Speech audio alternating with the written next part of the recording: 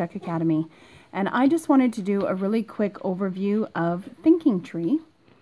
If you are not familiar with Thinking Tree journals, it is a fun schooling approach wherein you choose journals according to the interests of your child, and then you let them basically be delight directed and try to make learning an approach that is done in a fun way instead of just the monotony of reading and regurgitating information. So, I have been blessed to come to know Miss Sarah Brown, the brilliant mind behind this idea and this company. And I have been really desiring to learn about these journals for a long time, but financially wasn't sure if I was able to. So we managed to get a couple, and then we also managed to win a giveaway and an auction. So I was able to procure several of these books. Now, I have 4 children, and I split up the books that I selected in the auction into specific to each child. So the very first one, this is Comic Book Math, which I gave to my 7-year-old. She also got All About Animals, The Littlest Kindergarten Workbook. My son, oh, and these are great. She has a few learning delays, so these are a good level for her. And then my son actually is 6, so I only have this one book of his here. But he has another one as well about bugs and slugs and lizards. Then my 10-year-old daughter loves fashion, so she was pretty excited when I gave her this one, Fashion Dreams, Time Travel History. And I also gave her a spelling book. She's not a kid who enjoys a lot of reading. She prefers Archie comics and the like over actual novels and such. So I thought that this would be a fun approach to language for her. And then my oldest is 12. And she loves to read. She's not overly keen about writing simply because of perfectionism. So I thought that this might be a way to kind of free her up a little to give that a try. So she received poetry writing and also a spelling journal as well. But this one here is the top 150 misspelled words. So this is a higher level spelling curriculum, I guess you could put it. So the thing is, I gave the kids these books and I told them that they were just for fun, that they could choose to do stuff in them or not. There would be no grading of them. It's no right or wrong. It's purely to encourage them to be self-directed, self-motivated, and to initiate some learning on their own. So the other night, actually, when they were all in bed, I was curious, and I just pulled them all off their shelves and had a peek inside them to see if they had even been opened. And here's what I discovered.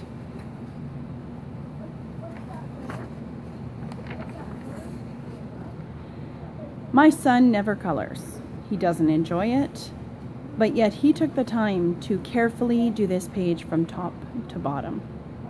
And I think he did a fantastic job.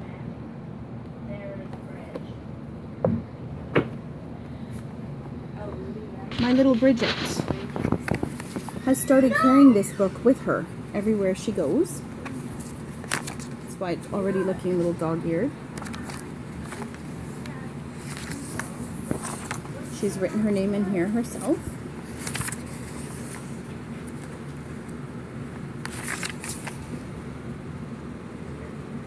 Tracing, coloring,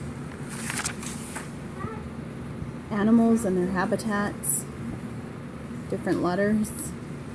She's clearly enjoying herself in here. She also has this one. And this was her first make your own comic. So it has a picture here and then they write what happens next. And she told me the story that this guy was upset because he needed a friend and then he finds a friend. For a child who struggles with communication, I thought this was gorgeous. Then there is my creative but very small attention span 10-year-old. Time travel history. She asked me how to use Google so that she could specify the time period that each one's working in. And here is her very first. Design a fancy gown, 1800 style. I think she did an amazing job. That is definitely a dress that I would wear. Absolutely beautiful.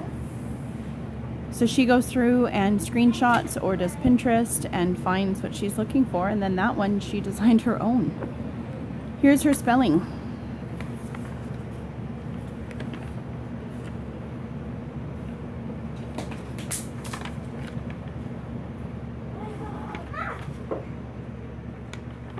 You can see that she's having fun with this. And she's working really hard. You can see that she's not just quickly scribbling through, she's actually taking the time to really make the pictures look really nice. And she's working really hard on this, and I'm super happy with how she's doing in here.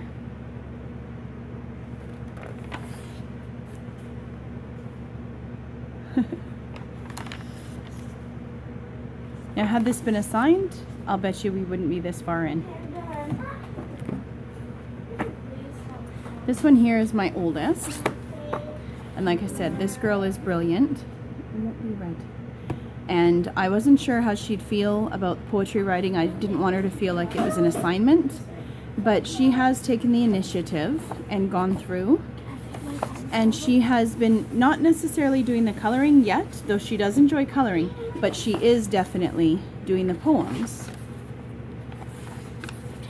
And sometimes in cursive, which is also really cool.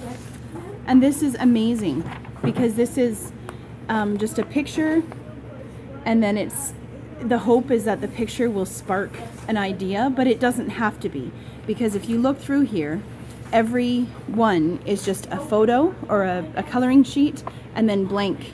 So they can write about anything. Like, for example, this one here, it could be travel, it could be air, it could be specific to an air balloon ride on this balloon. It's whatever they choose to interpret it as. Or they could just color this for fun, and maybe they have their own thoughts for the day. Maybe they want to write about their favorite fruit. So there's no right or wrong. And I'm just really, really excited that she has been going in here and doing beautiful work. I have not read her poems. She let me read one. This is very private to her, and I respect that. I'm just excited that she's enjoying the process, and I'm certainly not going to betray her confidence. And then she has spelling time as well, but as I said, this one here is more specific. The other one's a little bit more like silly words, but this one is like actual words that are commonly needed. So this one here, it actually lists the words right here so that you know what you'll be working on. And then it's got coloring as well as completing the patterns, which is just getting the mind thinking in that mindset. Logic use as well, patterning. And then it goes on, and then it has the first, like here, 18 words and different ways to write them in. And then it goes through eventually building up all 150 words. And this girl loves rainbows, as is pretty apparent by her work. And she's been having a lot of fun with it, I think. She's doing a phenomenal job. But you can see how this would very easily have become tedious if this had been assigned as busy work, like as a worksheet that would be needed to be done. So the fact that it isn't, she's happy to open the book and continue on, and you can see she's made really good progress in a very short amount of time doing all of this. Beautiful coloring, and sometimes in cursive. Wow. Holy, she's gone really far in this. I had no idea. And this is in a very short time. Wow. Okay, clearly since I looked the other night, I need to look again, because there's, wow. So she's almost halfway through this book already. in, yeah, no time at all. So as far as my thoughts on Thinking Tree, I absolutely recommend that you incorporate this into your curriculum. I think actually I'm going to buy the nature study one for all the kids for this summer. And yeah, these are so worth it.